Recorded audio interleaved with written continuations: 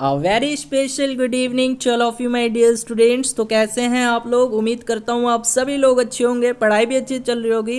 दोस्तों आज की क्लास एकदम शानदार होने वाली, एकदम लाजवाब होगी, क्योंकि आज की क्लास में हम लोग पैरामेडिकल 2006 में फिजिक्स से पूछे गए जितने भी क्वेश्चन हैं उन सभी क्वेश्चनों को करेंगे। हाँ जी, काफ़ी बच्चों का रिक्वेस्ट था, काफ़ी बच्चों का डिमांड था कि सर 2006 से 2010 तक का जितना भी प्रश्न पूछा है काफ़ी अजीब क्वेश्चन है, पता ही नहीं चलता है कि किस किस टॉपिक से प्रश्न को पूछा गया है।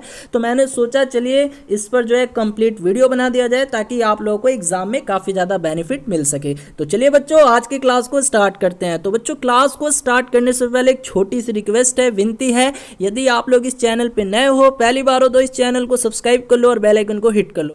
तो चलिए स्टूडेंट, जैसा कि आप लोग देख सकते हैं यही है आपका पेपर, ठीक है, यही है पैरामेडिकल 2006 का क्वेश्चंस पेपर। आप लोग क्वेश्चंस का लेवल देख सकते हो स्टूडेंट, ठीक है। और आप लोग पढ़ते हो ना जहाँ तहाँ, वो क्या बोलते हैं, प्रतिरोध का ऐसा ही मात्रक, विद्युत धारा का ऐसा ही मात्रक, वो सब क्वेश्चन नहीं पूछता है। ऊर्जा का ऐसा ही मात्रक है ना, वो सब नहीं पूछता है। देख सकते हैं बच्चों क्वेश्चन जो है ना डायरेक्टली 11th और 12th से उठाए गए हैं सब क्वेश्चन, ठीक है।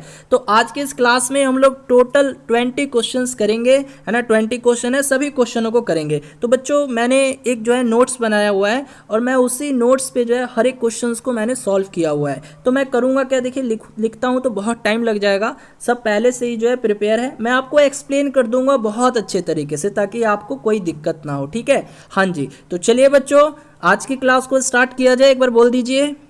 देखिए मैंने 20 क्वेश्चन जो है, मैं 20 क्वेश्चंस का पीडीएफ लेकर आया हूँ विद सॉल्यूशन। मैं क्या करूँगा, आपको अच्छे से समझा दूंगा, प्रत्येक क्वेश्चन को मैं अच्छे से समझाऊंगा, उसके बाद मैं आपको पीडीएफ भेज दूंगा, ठीक है। हाँ जी, तो चलिए बच्चों आज की क्लास को स्टार्ट किया जाए।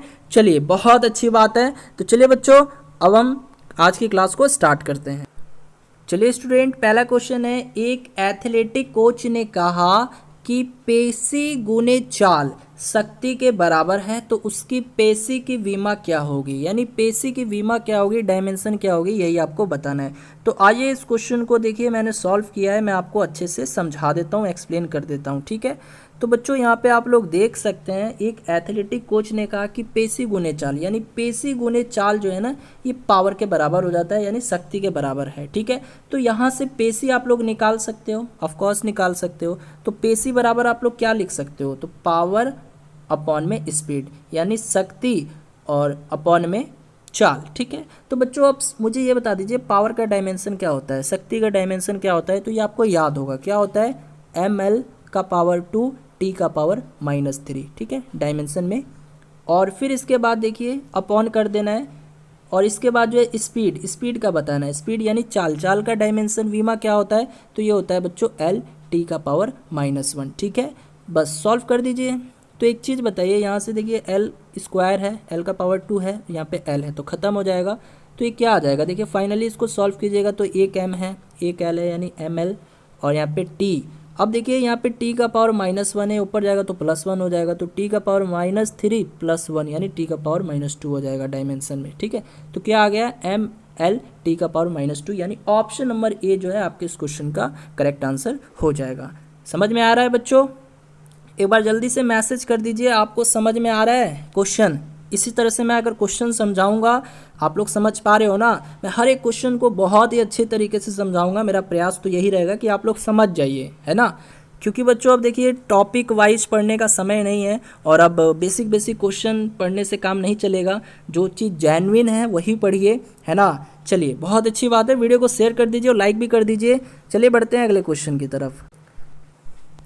चलिए स्टूडेंट अगला प्रश्न है, यदि लंबाई और बल की इकाई चौगुनी बढ़ती है तो ऊर्जा की इकाई में क्या परिवर्तन आएगा, यानी ऑप्शन है 16 गुना बढ़ेगा, 16 गुना घटेगा, 8 गुना बढ़ेगा या 4 गुना बढ़ेगा। देखिए करना क्या है, जब भी आपको मान लीजिए लंबाई और बल की इकाई जैसा दे दे कि इतना गुना बढ़ती है और ऊर्जा की इकाई पूछ ले, तो यहाँ पे जो कार्य है इसको बराबर कर देना होगा ऊर्जा के। ध्यान से समझना है बच्चों, जब भी लंबाई और बल की इकाई बोले कितना गुना बढ़ती है और ऊर्जा की इकाई के बारे में पूछ ले, तो ऐसे क्वेश्चंस में जो कार्य है ये बराबर कर देना है ऊर्जा का। कार्य यानी वर्क जिसको कहते हैं, इसको W से रिप्रेजेंट करते हैं, ठीक है।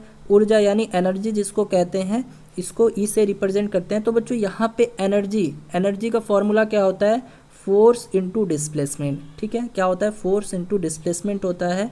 तो बच्चों यहाँ पे देखिए, यहाँ पे तो डिस्प्लेसमेंट की जगह जो है लंबाई का बात किया गया है, तो यहाँ पे क्या करेंगे, एफ फोर्स का तो फोर्स ही रहेगा, एस की जगह जो है हम लोग लेंथ लिख देंगे यानी लंबाई लिख देंगे। ठीक है, तो यहाँ पे एफ एल करके लिख सकते हो, कोई दिक्कत वाली बात नहीं है। अब बोल क्या रहा है बच्चों, लंबाई और बल की इकाई जो है ना चौगुनी कर दी जाती है। यानी देखिए यहाँ से फोर्स जो है पहले एफ था, बाद में 4F हो गया क्योंकि चौगुनी हो जाती है, और फिर गुने में एल, देखो लंबाई भी क्या होती है, वही होती है, यानी ये भी 4 गुना हो जाती है, चौगुनी हो जाती है, तो यहाँ से 4L कर देंगे। तो यही चीज़ जो है यहाँ पे किया गया है। तो ये कितना आ जाएगा बच्चों, आप ही बताइए कितना आ जाएगा, 16FL बढ़ेगा। ठीक है, तो ऑप्शन नंबर ए जो है आपके इस क्वेश्चन का करेक्ट आंसर हो जाएगा। ठीक है, हाँ जी, चलिए बढ़ते हैं अगले क्वेश्चन की तरफ। और हाँ स्टूडेंट, अब आप में से काफ़ी बच्चे पूछेंगे कि सर यहाँ पर तो घटेगा भी दिया हुआ है, लेकिन देखिए क्वेश्चन में ही बोला है ना कि लंबाई और बल की इकाई चौगुनी बढ़ती है, तो यहाँ पर ऊर्जा की इकाई भी क्या होगी, ये भी बढ़ेगी। ठीक है, तो 16 गुना बढ़ जाएगी। ऑप्शन नंबर ए जो है आपके इस क्वेश्चन का करेक्ट आंसर हो जाएगा। चलिए बढ़ते हैं अगले क्वेश्चन की तरफ।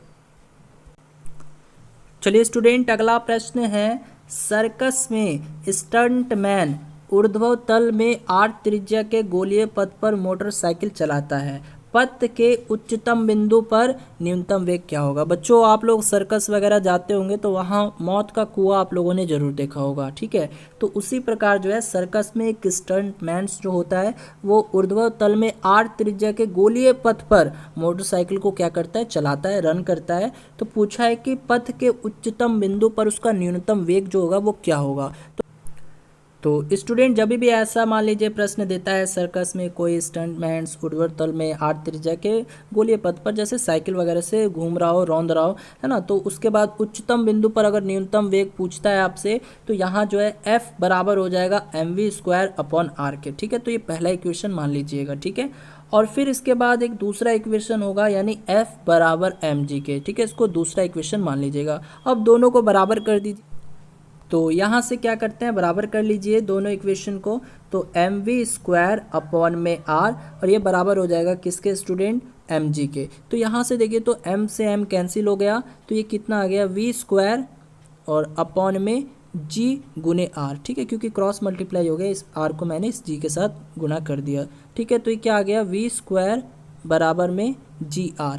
लेकिन बच्चों यहाँ पे v ना निकालना है, आपको न्यूनतम वेग निकालना है, तो क्या करेंगे, दोनों तरफ बच्चों अंडर रूट चढ़ा दीजिए। तो दोनों तरफ अंडर रूट चढ़ाइएगा तो स्क्वायर से तो रूट कैंसिल हो जाएगा, तो ये v बराबर क्या आ जाएगा, √g इंटू में r। ठीक है, तो ऑप्शन नंबर ए जो है आपके इस क्वेश्चन का करेक्ट आंसर हो जाएगा। चलिए बढ़ते हैं अगले क्वेश्चन की तरफ। चलिए स्टूडेंट, अगला प्रश्न है, एक साबुन के घोल का पृष्ठ तनाव T है, तो एक बुलबुले का अर्ध व्यास जो है R से 2R तक प्रसार करने में किया गया कार्य कितना होगा।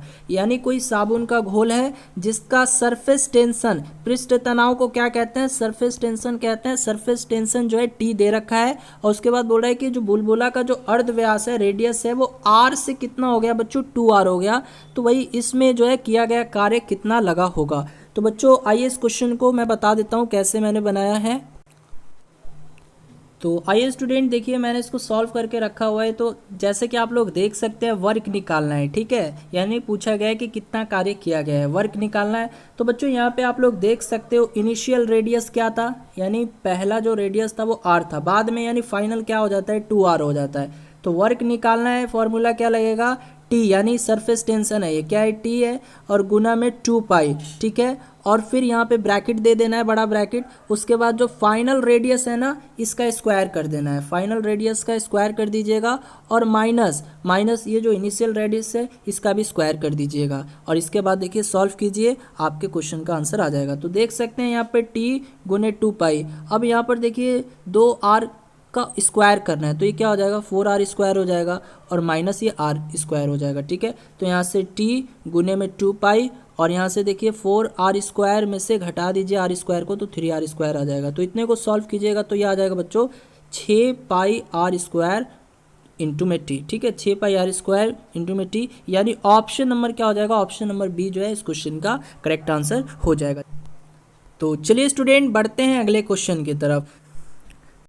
चलिए स्टूडेंट, अगला प्रश्न है, वीन के नियमानुसार T प्लस λm बराबर नियतांक होता है, या टी अपॉन लेमडा एम बराबर नियतांक होता है, या लेमडा एम अपॉन टी बराबर नियतांक होता है, या लेमडा एम टी बराबर नियतांक होता है। तो देखिए बच्चों, वीन साइंटिस्ट के अनुसार यानी लेमडा मैक्सिमम ये बराबर होता है बी अपॉन टी के, यानी यहाँ पे लेमडा मैक्सिमम ये बराबर हो जाएगा बी अपॉन टी के। अब देखिए लेमडा मैक्सिमम क्या है, तो यह है बच्चों वेवलेंथ। लेमडा क्या होता है, वेवलेंथ होता है। और बी क्या है बच्चों, बी यहाँ कांस्टेंट है, टी क्या है, यहाँ टेम्परेचर है। ठीक है, तो बच्चों यहाँ पे आप लोग देख सकते हैं कि ये मैं रिलेशन अभी बताया आप लोग को, क्या कि वी मैक्सिमम बराबर में बी अपॉन टी के। तो यहाँ से मैं लिख सकता हूँ लेमडा मैक्सिमम इंटू में टी बराबर बी, बस लिख दिया। तो यही चीज़ तो है, देखिए बी क्या है, नियतांक है। तो देखिए ऑप्शन नंबर डी जो है ये सही रिलेशन बता रहा है,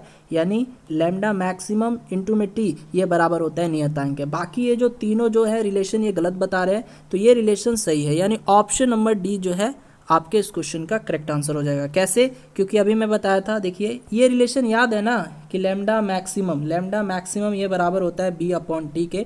तो आप ही बताइए ना, लेमडा मैक्सिमम इंटू में टी ये बराबर नहीं हो जाएगा बी के। तो कहने का मतलब यही है कि बच्चों लेमडा मैक्सिमम क्या है, वेवलेंथ है, टी क्या है, टेम्परेचर है, ये बराबर हो जाता है बी नियतांक के। ठीक है, तो यही जो है संबंध सही दर्शा रहा है। चलिए बढ़ते हैं अगले क्वेश्चन की तरफ। चलिए स्टूडेंट, अगला प्रश्न है, कृष्ण वस्तु का ताप 7 डिग्री सेल्सियस से बढ़ाकर 287 डिग्री सेल्सियस कर दिया जाए तो उत्सर्जित होने वाली ऊर्जा की दर हो जाएगी। यानी बच्चों उत्सर्जित होने वाली उष्मा की दर, जिसको ई से डिनोट करते हैं, ये डायरेक्टली प्रोपोर्शनल होता है टी के पावर 4 से। ये डायरेक्ट रिलेशन पूछा जा चुका है आपके पैरामेडिकल में कि ई जो है टेम्परेचर के पावर के साथ कैसा रिलेशन रखता है। यानी टी के पावर 2 होता है, टी के पावर 4 होता है, टी के पावर 1 होता है, टी का पावर 9 होता है, ऐसे करके पूछा जा चुका है। तो बच्चों याद रखना है, उष्मा की उत्सर्जित होने वाली जो दर होती है, उष्मा उत्सर्जित होने वाली जो दर होती है, ये ई ये बराबर हो जाता है टी के पावर 4 के। ठीक है, हाँ जी। तो बच्चों अब देखिए यहाँ पर इस क्वेश्चन को कैसे सॉल्व करेंगे। तो यहाँ पर देखिए ये 7 डिग्री सेल्सियस से बढ़ाकर 287 डिग्री सेल्सियस किया जा रहा है। तो यहाँ पे T1 क्या लिखेंगे, 7 डिग्री सेल्सियस लिखेंगे। इसके बाद T2 क्या लिखेंगे, ये लिखेंगे 287 डिग्री सेल्सियस। बच्चों ये चीज़ सेल्सियस में है, और जब भी ऐसा प्रश्न आए यानी उष्मा उत्सर्जित की दर पूछे तो इसमें कैल्विन में कन्वर्ट कर देते हैं टेम्परेचर को। तो अब क्या करेंगे, कैल्विन में बदल देंगे। यानी कैल्विन में बदलने के लिए क्या करेंगे, 273 ऐड कर देंगे इस साथ में। ठीक है, तो ये कितना हो जाएगा, 280 कैल्विन हो जाएगा। इसके बाद T2 क्या लिखेंगे, तो देखिए T2 दिया हुआ है बच्चों, ये भी 287 डिग्री सेल्सियस में है, तो इसको भी कैल्विन में बदलना है। तो क्या करेंगे, 273 ऐड कर देंगे इस 287 में, तो ये कितना हो जाएगा, ये 560 कैल्विन हो जाएगा। ठीक है, तो ये T1 कितना हो गया कैल्विन में, 280 कैल्विन हो गया, और ये T2 कितना हो गया, ये 560 कैल्विन हो गया। बस अब बना दीजिए। अब बच्चों आपको ये रिलेशन मालूम है, रिलेशन क्या मालूम है कि भाई ये ई जो है ये डायरेक्टली प्रोपोर्शनल होता है टी के पावर 4 के। तो यहाँ से मैं लिख सकता हूँ E1 अपॉन E2, क्योंकि भाई पूछा है कि, देखिए क्वेश्चन क्या पूछा है, ध्यान से देखिएगा। बोल रहा है कि उत्सर्जित होने वाली ऊर्जा की दर हो जाएगी, कितनी हो जाएगी। ठीक है, इसीलिए जो है यहाँ पे 2 बार टेम्परेचर को भी दिया हुआ है, 2 बार टेम्परेचर दिया हुआ है ना। तो यहाँ पर देखिए ये E1 अपॉन E2 हो जाएगा, और यहाँ पे T1 का पावर 4 हो जाएगा, और अपॉन में T2 का पावर 4 हो जाएगा। तो यहाँ से E2 बराबर हम लोग इस प्रकार लिख सकते हैं, यानी E1 गुने T2 का पावर 4 अपॉन में T1 का पावर 4। ठीक है, तो इतना लिख दीजिएगा। अब इसके बाद देखिए, तो मैं बिल्कुल यहीं से स्टार्ट करता हूँ लिख। तो आइए देखिए यहाँ पर मैं लिखता हूँ जैसे E2, ठीक है, E2 बराबर में E1 है, ठीक है, और गुने में देखिए T2 का पावर 4 है। T2 कितना है, 560 है, तो 560 का पावर 4 मैं कर दिया। ठीक है, और फिर अपॉन में T1 का पावर 4 है। T1 कितना है, 280 है, तो 280 का पावर 4 कर दीजिए। ठीक है, तो 1 0 से 1 0 काट दीजिए, और ये कितना है, 28 है, तो 28 दूनी कितना होता है बच्चों, 56 होता है। तो यहाँ से क्या आया, देखिए तो E2 बराबर में E1, ठीक है, और गुना में देखिए तो 2 का पावर 4 ही आएगा ना, 2 का पावर 4, क्योंकि देखिए यहाँ पर तो इसको काटे हैं तो 1 आएगा, तो 1 का पावर 4 कीजिएगा तो 1 ही आएगा। तो क्या आया, देखिए हम लोग का आंसर क्या है, E2 बराबर E1 गुने 2 का पावर 4 कितना होता है, 16 होता है। तो यहाँ पर मैं लिख देता हूँ फाइनली E2 बराबर, देखिए क्या आया, मैं फाइनली लिखता हूँ यहाँ पर अब तो समझ भी गए होंगे आप लोग, आंसर क्या होगा E2 बराबर E1 और गुने में 16। तो आप ही बताइए जो उष्मा उत्सर्जित की जो दर है वो कितनी हो गई है, तो वो पहले की 16 गुने हो गई है। तो क्या होगा, ऑप्शन नंबर बी जो है आपके इस क्वेश्चन का राइट आंसर हो जाएगा। समझ में आ रहा है बच्चों? चलिए बढ़ते हैं अगले क्वेश्चन की तरफ।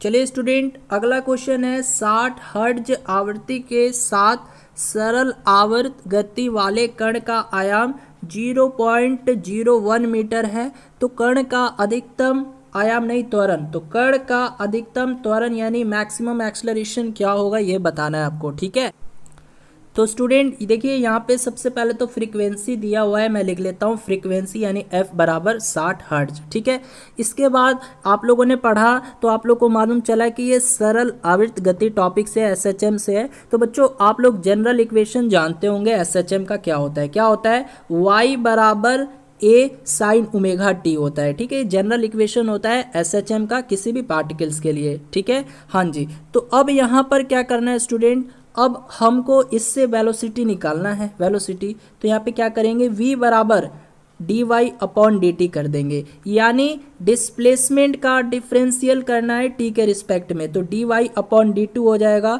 ठीक है, इसके बाद स्टूडेंट ये a है, इसको a ही रहने दीजिए। अब यहाँ पर साइन ओमेगा टी का फॉर्मूला क्या होता है बताइए, साइन ओमेगा टी का फॉर्मूला क्या होता है। तो साइन ओमेगा टी को हम लोग लिखते हैं बच्चों ओमेगा कॉस ओमेगा टी लिखते हैं। ठीक है, साइन ओमेगा टी को क्या लिखते हैं, ओमेगा कॉस ओमेगा टी लिखते हैं। ठीक है, अब फिर से बच्चों, अब फिर से देखिए हमको ए चाहिए यानी एक्सलरेशन निकालना है ना, हमको ए निकालना है। तो फिर से हम ए बराबर क्या लिखेंगे, d v upon d t, a बराबर क्या लिखेंगे, d v upon d t लिखेंगे, यानी फिर से हम लोगों ने डिफ्रेंशिएट किया वी को टी के रिस्पेक्ट में। तो अब यहाँ से देखिए फिर से ए ओमेगा लिख लीजिएगा आप लोग, ए ओमेगा लिख लीजिएगा। अब यहाँ पर देखिए कोस ओमेगा टी है, तो कोस ओमेगा टी इसकी जगह हम लोग क्या लिखते हैं, इसकी जगह हम लोग क्या लिखते हैं, फिर से डिफ्रेंशिएट कीजिएगा, फिर से इसको तोड़िएगा। तो बच्चों कोस ओमेगा टी की जगह क्या लिखते हैं, तो लिखते हैं माइनस साइन ओमेगा टी गुने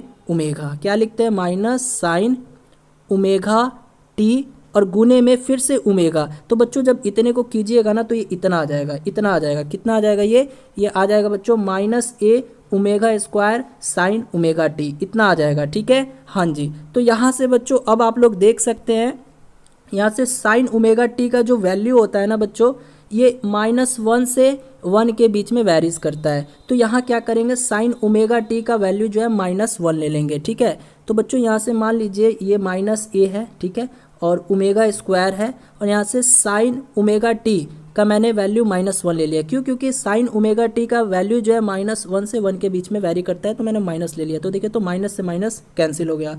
तो यहाँ से ए मैक्सिमम क्या आया, ए ओमेगा स्क्वायर।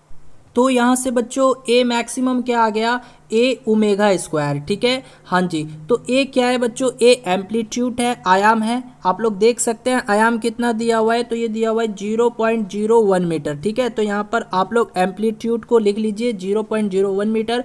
अब ओमेगा का स्क्वायर है, ठीक है, तो ओमेगा बराबर क्या होता है, तो बच्चों ओमेगा बराबर होता है 2 पाई एफ। ठीक है, याद रखना ओमेगा बराबर होता है 2 पाई एफ। तो यहाँ पर क्या कीजिएगा, ओमेगा का स्क्वायर ना है जी, तो 2 पाई एफ और इस पूरे का स्क्वायर कर दीजिएगा, तो बस अब बन जाएगा। तो यहाँ से देखिए तो एम्पलीट्यूड दिया हुआ है 0.01 मीटर और गुने में अब 2 का स्क्वायर कीजिएगा 4 आ जाएगा, पाई का स्क्वायर कीजिएगा पाई स्क्वायर हो जाएगा, और गुने में एफ कितना है बच्चों, तो एफ देखिए 60 हर्ट्ज दिया हुआ है, तो 60 का स्क्वायर कीजिएगा 3600 आ जाएगा।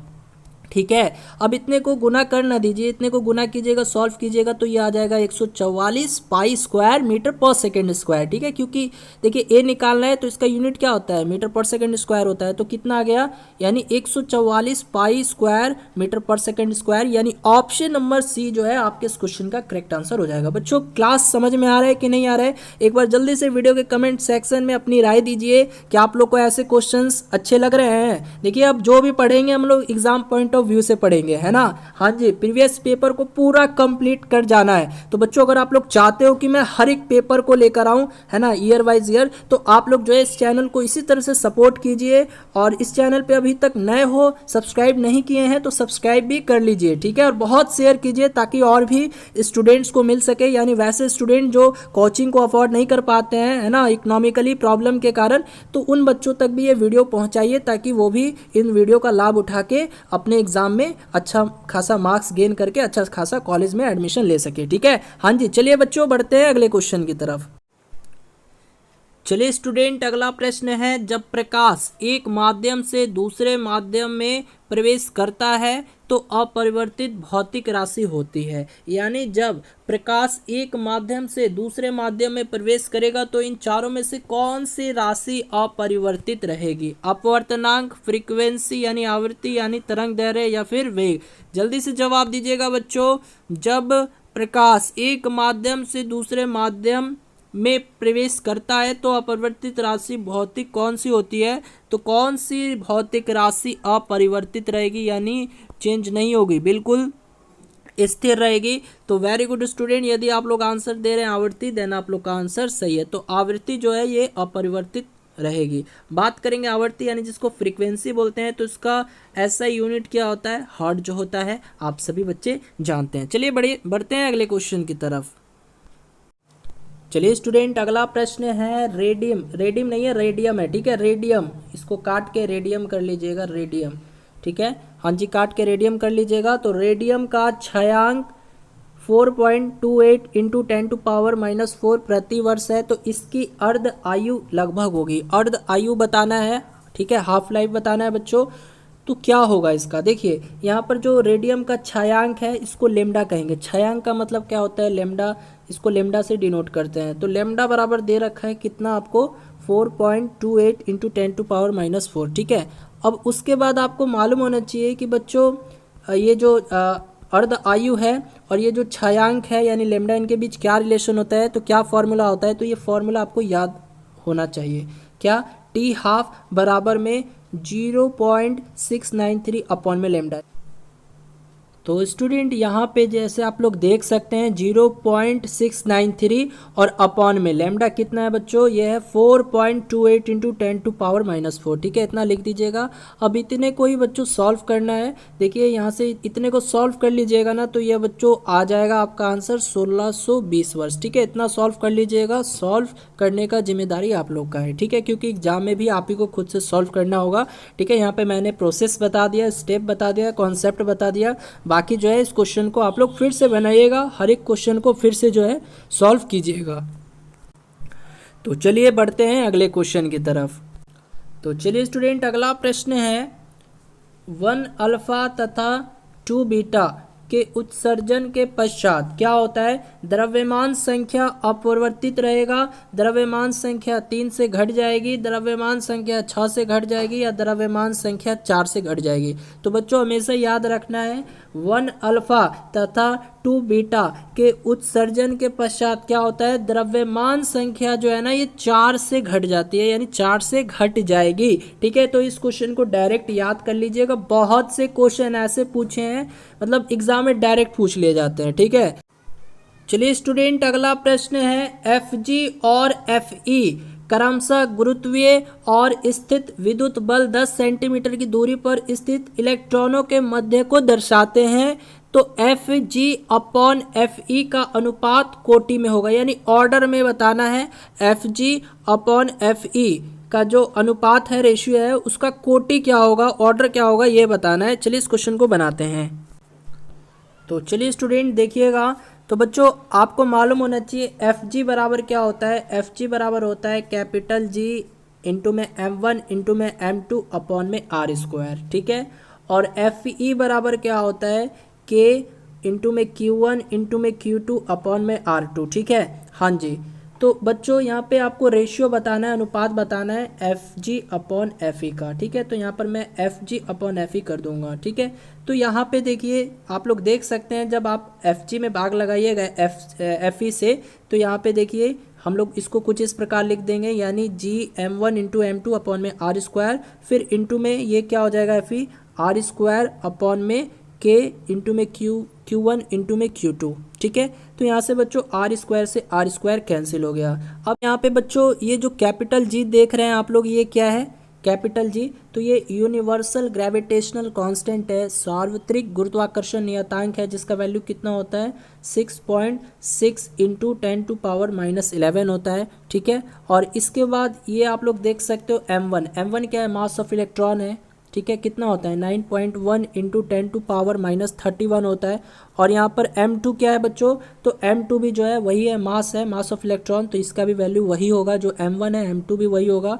ठीक है, अब इसके बाद बच्चों आप लोग देख सकते हैं यहाँ पे k क्या है, तो k बच्चों कांस्टेंट है। ठीक है, तो यहाँ पे इसका वैल्यू कितना होता है 9 इंटू 10⁻9 होता है। ठीक है, Q1 क्या है, चार्ज है, तो एक इलेक्ट्रॉन पे चार्ज कितना होता है आप लोग को मालूम होना चाहिए 1.6 इंटू 10⁻19 होता है।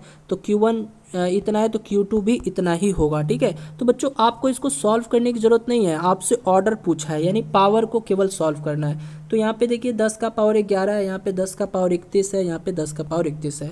तो इस सबको देखिए बेस सेम है, 10 10 10 तीनों का बेस सेम है, तो पावर को जोड़िए तो कितना हो जाएगा 10 के पावर -73 हो जाएगा, -73 हो जाएगा, 10 का पावर -73 हो जाएगा। यानी केवल जो है पावरों को जो सॉल्व कर लीजिए, तो इतना हो जाएगा। फिर अपॉन में नीचे भी देखिए 10 के पावर 9 है, यहाँ पे 10 का पावर -19 है, यहाँ पे 10 का पावर -19 है। तो यहाँ पर भी जो है पावरों को केवल सॉल्व कर लीजिए तो कितना आ जाएगा 10 का पावर -29 आ जाएगा। ठीक है, तो बस इतने को सॉल्व कर लीजिए, आपका जो है ये आ चुका है कितना आंसर 10 का पावर -43 अप्रॉक्सीमेट में। ठीक है, तो बच्चों ऑप्शन नंबर क्या हो जाएगा, आप लोग देख सकते हैं ऑप्शन नंबर क्या हो जाएगा स्टूडेंट। तो जी हाँ दोस्तों, ऑप्शन नंबर ए जो है इस क्वेश्चन का राइट आंसर हो जाएगा। चलिए बढ़ते हैं अगले क्वेश्चन की तरफ। चलिए स्टूडेंट, अगला प्रश्न है, एक समांतर प्लेट संधारिता की धारिता C है, यदि प्लेटों के मध्यों की दूरी आधी कर देती हैं तो धारिता का मान यानी कैपेसिटेंस का मान क्या होगा। ठीक है, तो बच्चों इस क्वेश्चन को बनाने का एक बहुत ही अच्छा ट्रिक है, यानी कैपेसिटेंस जिसको धारिता बोलते हैं, ये C बराबर होता है एप्सिलॉन नॉट इंटू में ए और अपॉन में डी। ठीक है, तो यहाँ पे C क्या है, धारिता है, एप्सिलॉन नॉट क्या है बच्चों, तो यह है निर्वात की विद्युतशीलता है, निर्वात की विद्युतशीलता है। ए क्या है, तो एरिया है, यानी प्लेट के क्षेत्रफल को ये दर्शाता है एरिया। और ये डी क्या है बच्चों, तो डी जो है प्लेटों के मध्य की दूरी है। ठीक है, तो यहाँ पे बोला क्या जा रहा है बच्चों, देखिए C बराबर एप्सिलॉन नॉट इंटू में ए और अपॉन में बोल रहा है ना, इनके प्लेटों के मध्य की दूरी को आधी कर दी जाती है, यानी आधी यानी d/2 कर दी जाती है। तब जो है आपको कैपेसिटेंस बताना है, धारिता बताना है। तो देखिए, तो यहाँ से C बराबर क्या हो जाएगा, देखिए ये d/2 है, 2 ऊपर चला जाएगा तो 2 ऊपर आ जाएगा, यहाँ से एप्सिलॉन नॉट इंटू में ए और अपॉन में डी। ठीक है, तो C बराबर में देखिए तो 2, और देखिए इतने की जगह हम लोग क्या लिखे हैं, epsilon not into A upon में डी, इतने की जगह हम लोग क्या लिखे हैं, C लिखे हैं। तो क्या आ जाएगा, कैपेसिटेंस कितना आया, ये 2C आ गया है ना। तो ऑप्शन नंबर डी जो है बच्चों इस क्वेश्चन का राइट आंसर हो जाएगा। समझ में आ रहा है स्टूडेंट, समझ में आया आप लोगों को। हाँ, तो देखिए बच्चों ऐसे प्रश्न जो है आपके एग्जाम में पूछे जाते हैं। चलिए बढ़ते हैं अगले क्वेश्चन की तरफ। चलिए स्टूडेंट, अगला प्रश्न आ जाता है इलेक्ट्रिसिटी से। बोला है चित्र में 5 प्रतिरोध जुड़े हुए हैं, x और y के बिंदुओं के बीच तुल्य प्रतिरोध क्या होगा ये बताना है। ठीक है, तो बच्चों जब आप लोगों ने सर्किट को देखा तो आपके माइंड में हिट हो जाना चाहिए, क्लिक हो जाना चाहिए कि ये व्हीटस्टोन के कंडीशन को फुलफिल करता है, फॉलो करता है। ठीक है, तो व्हीटस्टोन ब्रिज क्या कहता है बच्चों, व्हीटस्टोन ब्रिज कहता है P/Q ये बराबर होता है R/S के। ठीक है, तो कैसे, अब ध्यान दीजिएगा बच्चों, व्हीटस्टोन ब्रिज जो है ना कुछ इस प्रकार का होता है। ठीक है, ये आप लोग देख रहे हो फिगर में बना हुआ है, यानी यही जो है सर्किट को मैंने इस प्रकार बनाया व्हीटस्टोन ब्रिज की मदद से। ठीक है, तो ये इस प्रकार से बना। तो अब यहाँ पर देखिए बच्चों, ये जो है देख रहे हो ना, ये गैल्वेनोमीटर लगा हुआ है। तो जब भी व्हीटस्टोन के कंडीशन को ये फुलफिल किया यानी फॉलो किया, कहने का मतलब क्या, देखिए ये P हो गया, ये Q हो गया, ये R हो जाता है, ये S हो जाता है। तो देखिए, तो मैं क्या बताया, P/Q बराबर में R/S। P कितना है, P ये 10 ओम दे रखा है मान के चलो, और अपॉन में R कितना है, Q कितना है, तो ये भी 10 ओम दे रखा है। ठीक है, और बराबर में R कितना है, ये भी 10 ओम है, S कितना है, ये भी 10 ओम है। तो देखिए, तो 1 बराबर में 1, तो जब ये बराबर हो गया इट मीन्स क्या, ये व्हीटस्टोन के कंडीशन को फॉलो कर रहा है। तो जब व्हीटस्टोन के कंडीशन को फॉलो करेगा तो इस गैल्वेनोमीटर से प्रभावित होने वाली धारा का मान क्या हो जाएगा, 0 हो जाएगा, यानी इसका मतलब कुछ नहीं रह जाएगा। ठीक है, कुछ मतलब नहीं रह जाएगा। अब देखिए बच्चों, इसका मतलब तो कुछ रह नहीं गया। अब देखिए यहाँ पे ध्यान से समझना है, इसका मतलब कुछ नहीं है, यहाँ पे i बराबर 0 हो गया। तो अब देखिए यहाँ से यहाँ तक आप लोग देख पा रहे होंगे ये एक ही तार है, एक ही तार है और ये सीरीज में जोड़ी गई है। तो एक ही तार है, मान लीजिए इसमें मैं 2 रेजिस्टेंस दे देता हूँ तो ये सीरीज में है। मान लीजिए एक ही तार है, 2 रेजिस्टेंस दिया तो ये मैं क्या बोलूँगा, सीरीज में है। यहाँ पर मैं 10 ओम कर देता हूँ और यहाँ पर भी मैं 10 ओम कर देता हूँ। अब इसी में एक और नया वायर को मैंने ऐड कर दिया, इसमें भी 2 बार रेजिस्टेंस मैं दे देता हूँ। ठीक है, तो यहाँ पर भी देखिए क्या है, एक में 10 ओम है, एक में 10 ओम है। ठीक है, तो अब देखिए तो सीरीज में है तो R1 प्लस R2 हो जाएगा, यानी ये 20 ओम हो जाएगा, 20 ओम हो जाएगा ना, 20 ओम हो जाएगा। अब इसी में इसी को जोड़ देते हैं, एक नया तार को जोड़ देते हैं, ये जैसे मैंने जोड़ा हुआ है। तो ये भी देखिए यहाँ से लेके यहाँ तक देख पा रहे हैं आप लोग, यहाँ से यहाँ तक एक ही तार है, 2 बार रेजिस्टेंस दिया गया है, ये भी सीरीज में है। तो यहाँ से इसको भी जोड़िएगा तो ये भी जो है 20 ओम आ जाएगा। तो सर्किट कुछ किस प्रकार का बनेगा स्टूडेंट, इस प्रकार का, ध्यान दीजिएगा। सर्किट जो है कुछ इस प्रकार का आ जाएगा, यानी यहाँ पर 20 ओम आ जाएगा, यहाँ पर भी 20 ओम आ जाएगा। तो अब बताइए, तो ये दोनों एक दूसरे के पैरेलल में हैं और R निकालना है, तो कैसे निकालेंगे, यानी 1/R निकालते हैं ना, बराबर में ये क्या हो जाएगा 1/R1 प्लस 1/R2। तो कितना आ जाएगा बताइए, आप लोग को तो मैं पढ़ा रखा हूँ बहुत अच्छे तरीके से, तो कितना आएगा देखिए। तो हाँ जी, तो यहाँ से मैं निकालता हूँ 1/R निकालना है ना, तो 1/R1 कितना है, R1 कितना है 20 है, प्लस में R2 कितना है, ये भी 20 है, तो 1/R और बराबर में देखिए 20 और 20 का एलसीएम लीजिए तो ये 20 ही आएगा, यानी यहाँ से ये कितना हो जाएगा 2 हो जाएगा, यानी 10 आ जाएगा। तो बच्चों 10 ओम दिया हुआ है, ऑफकोर्स दिया हुआ है, तो ऑप्शन नंबर बी जो है इस क्वेश्चन का राइट आंसर हो जाएगा। अच्छा बच्चों, आप लोगों से तो बन गया होगा, जितने भी स्टूडेंट पैड वाले हैं या जितने भी स्टूडेंट ऐसे हैं जो 11th और 12th अच्छे से पढ़े हैं, एक बार जल्दी से बता दीजिए, बन चुका है आप लोग का 10 ओम आंसर आया है। देखिए व्हीटस्टोन के कंडीशन को फुलफिल करता है, इसके लिए आपको अच्छे से इलेक्ट्रिसिटी पढ़ना होगा ना बच्चों, तब ना समझ में आएगा। ठीक है, तो ऑप्शन नंबर बी जो है इस क्वेश्चन का राइट आंसर हो जाएगा। चलिए बढ़ते हैं अगले क्वेश्चन की तरफ।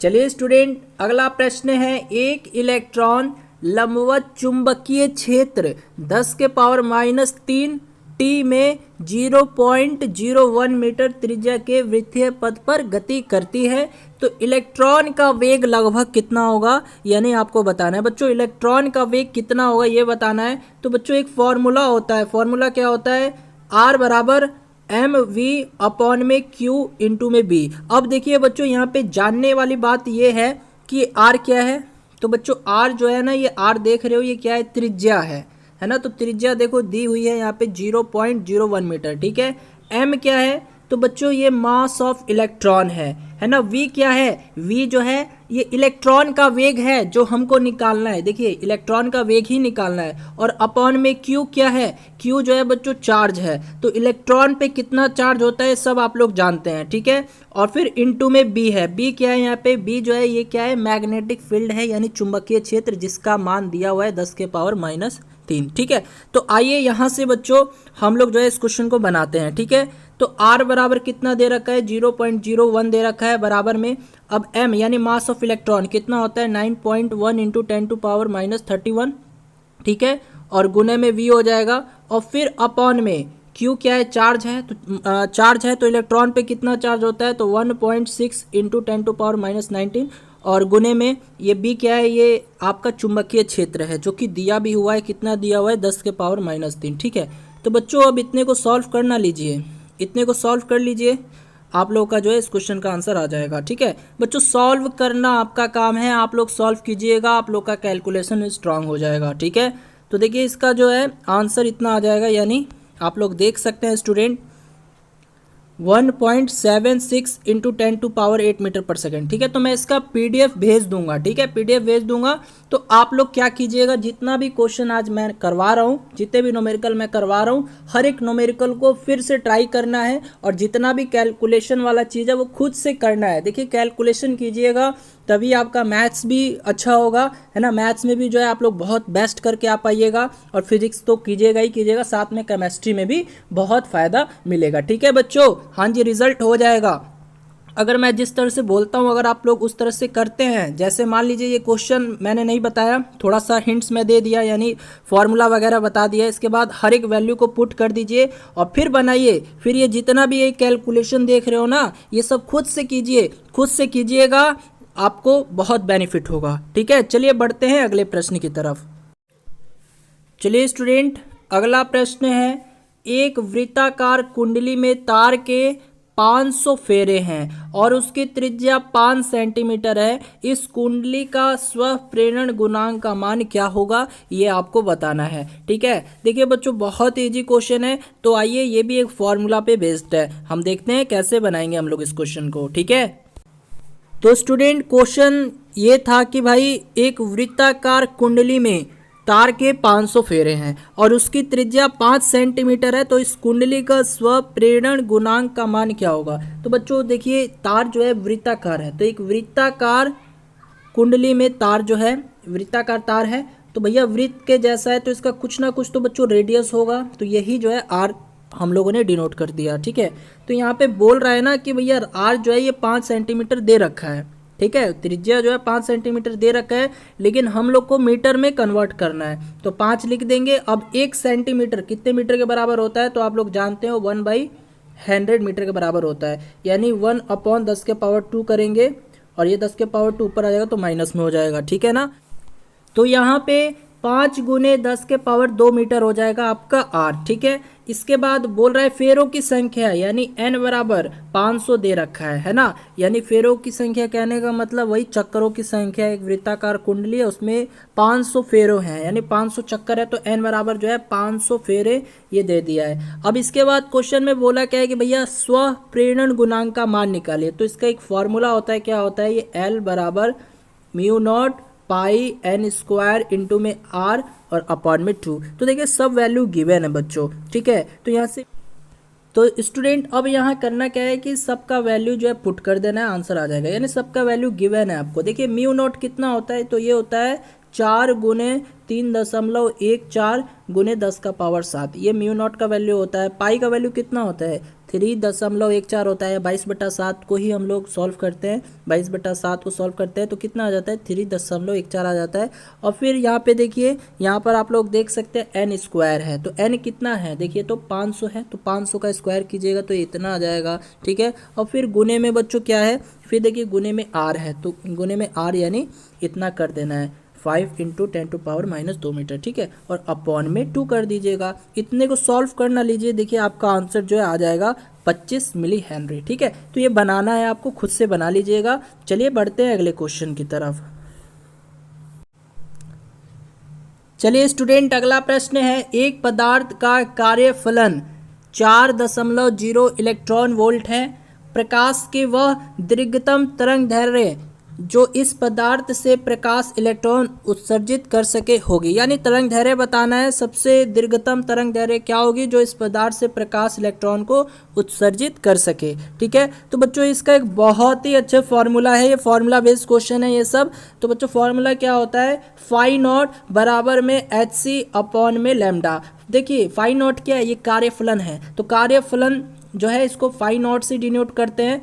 ठीक है, तो φ0 बराबर में hc अपॉन में लैम्डा। ठीक है, तो बच्चों निकालना क्या है आपको, तरंग दैर्घ्य यानी लैम्डा ही निकालना है। तो यहाँ से पहले आप लोग लिख लीजिए, क्या लिखिएगा, लैम्डा। तो लैम्डा बराबर क्या हो जाएगा, hc अपॉन में φ0। ठीक है, हाँ जी। तो अब देखिए बच्चों यहाँ पे h क्या है, h क्या है, तो h जो है ना वो प्लांक कांस्टेंट है, प्लांक नियत है। ठीक है, c क्या है, तो ये है बच्चों प्रकाश वेग। ठीक है, और ये तो बच्चों पता ही है φ0 यानी क्या है, कार्यफलन है। तो अब यहाँ पे ध्यान दीजिएगा बच्चों, प्लांक कांस्टेंट कितना होता है, तो ये होता है बच्चों 6.6 × 10⁻−34। ठीक है, और इसके बाद c क्या है, प्रकाश का वेग है। तो आप ही बताइए निर्वात में प्रकाश की वेग क्या होती है, 3 × 10⁸ मीटर/सेकंड होती है। ठीक है, और इसके बाद स्टूडेंट, इसके बाद यहाँ पर ये देखिए φ0 यानी कार्यफलन दिया हुआ है, कितना दिया हुआ है, ये 4 इलेक्ट्रॉन दी हुई है। ठीक है, यानी φ0 जो है बच्चों ये 4 इलेक्ट्रॉन वोल्ट दी हुई है, लेकिन आपको मालूम है 4 तो लिख दीजिएगा, लेकिन 1 इलेक्ट्रॉन वोल्ट ये कितने जूल के बराबर होता है? तो बच्चों ये होता है, याद रखना है, 1.6 × 10⁻⁻19 जूल के, हमेशा याद रखिएगा। जैसे 4 इलेक्ट्रॉन वोल्ट है ना, तो 4 तो लिख दीजिएगा, लेकिन 1 इलेक्ट्रॉन वोल्ट ये बराबर हो जाता है कितने जूल के? तो 1.6 × 10⁻⁻19 जूल के बराबर होता है। ठीक है, तो बस इतने को ही जो है सॉल्व कर दीजिए, इतने को ही सॉल्व कर दीजिए, आपका जो है लैम्डा आ जाएगा, तरंग दैर्ध्य आ जाएगा। तो आइए मैंने सॉल्व किया है, दिखा देता हूँ मैं आपको।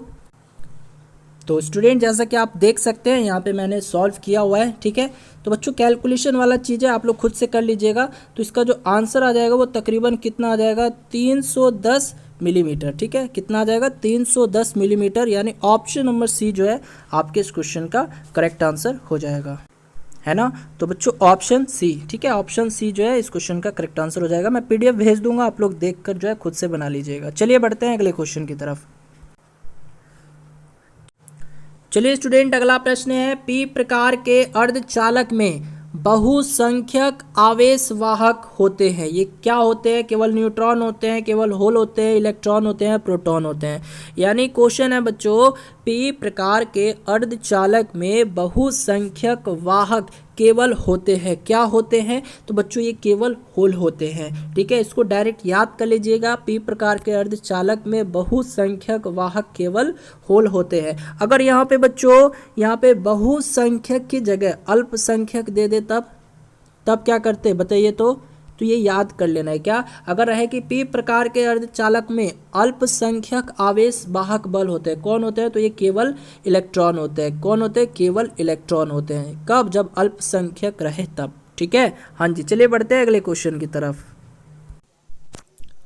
चलिए स्टूडेंट, अगला प्रश्न है, किसी चुंबकीय क्षेत्र में गति करते हुए कण का वेग बढ़ता है तो इसके वृत्तीय पथ की त्रिज्या बढ़ती है, घटती है, आधी हो जाती है या अपरिवर्तित रहती है? बिल्कुल फास्ट आंसर कीजिएगा।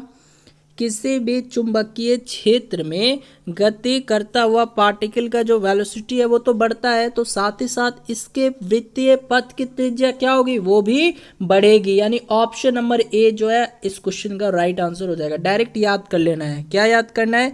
कि भैया किसी भी मैग्नेटिक फील्ड में रोटेट करते हुए पार्टिकल का वेलोसिटी बढ़ता है तो इसके वृत्तीय पाथ यानी सर्कुलर पाथ का भी जो त्रिज्या है वो क्या हो जाएगा? एकाएक बढ़ जाएगा, बढ़ती है। ठीक है, ऑप्शन नंबर ए इस क्वेश्चन का राइट आंसर हो जाएगा। चलिए अगला प्रश्न है स्टूडेंट, आदर्श गैस में बॉयल के नियम का पालन होता है। आदर्श गैस में बॉयल के नियम का पालन होता है सम पराशरी परिवर्तन में, या सम आयनिक परिवर्तन में, या सम दाबीय परिवर्तन में, या सम तापीय परिवर्तन में? जल्दी से बताइएगा स्टूडेंट। तो बिल्कुल फास्ट आंसर कीजिएगा। आदर्श गैस में बॉयल के नियमों का पालन होता है, तो वेरी गुड, सम तापीय परिवर्तन में, यानी ऑप्शन नंबर डी जो है आपके इस क्वेश्चन का राइट आंसर हो जाएगा। बच्चों आप लोगों ने बॉयल्स लॉ पढ़ा होगा, बॉयल्स लॉ पढ़ा होगा। तो बॉयल्स का नियम क्या बताता है? ये देखिए लागू होता है आदर्श गैस के लिए, आदर्श गैस के लिए जो है लागू होता है। और ये नियम बताता है कि किसी भी आदर्श गैस का जो आयतन है परम दाब के व्युत्क्रमानुपाती होता है। ठीक है, तो आपको इतना याद रखना है। चलिए बच्चों बढ़ते हैं अगले क्वेश्चन की तरफ। चलिए स्टूडेंट, अगला प्रश्न है, 50 ग्राम मास एवं 20 सेंटीमीटर व्यास का एक गोला 5 सेंटीमीटर पर सेकंड के वेग से बिना फिसले लुढ़क रहा है।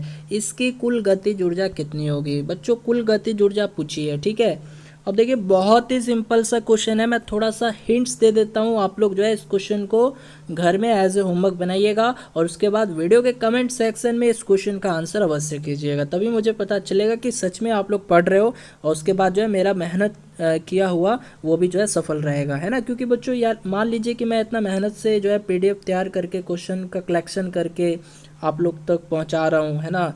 तो मान लीजिए जब आप ही लोग मेहनत नहीं कीजिएगा तो सब तो व्यर्थ है ना मेरा भी। तो इसीलिए बच्चों आप लोग जो है इस क्वेश्चन का आंसर दीजिएगा, बना के वीडियो के कमेंट सेक्शन में हर एक स्टूडेंट को आंसर करना है। देखिए क्वेश्चन है, 50 ग्राम मास एवं 20 सेंटीमीटर व्यास का एक गोला 5 सेंटीमीटर पर सेकेंड के वेग से बिना फिसले लुढ़क रहा है, तो इसकी कुल गतिज ऊर्जा कितनी होगी? तो स्टूडेंट यहाँ पे मास जो है ग्राम में दिया हुआ है, आप उसको केजी में कर लीजिएगा।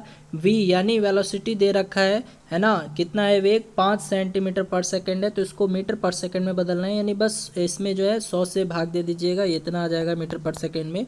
उसके बाद d यानी डायोमीटर दे रखा है आपको 20 सेंटीमीटर, तो डायमीटर देखिए व्यास जो है बच्चों कहाँ है, देखिए 20 सेंटीमीटर व्यास दे रखा है, तो त्रिज्या भी मालूम है आपको, r बराबर क्या होता है d/2 होता है।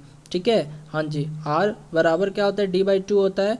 ठीक है, तो यहाँ से बच्चों आप लोग जो है त्रिज्या भी निकाल सकते हो। उसके बाद पूछा क्या है, पूछा है बच्चों इसकी कुल गतिज ऊर्जा कितनी होगी, तो यहाँ से कुल गतिज ऊर्जा पूछा है ना, कुल गतिज ऊर्जा, तो बच्चों ये कुल गतिज ऊर्जा निकलेगी कैसे, तो याद रखना कुल गतिज ऊर्जा ये बच्चों बराबर हो जाएगी घूर्णन गतिज ऊर्जा, घूर्णन गतिज ऊर्जा और फिर प्लस में रेखीय गतिज ऊर्जा।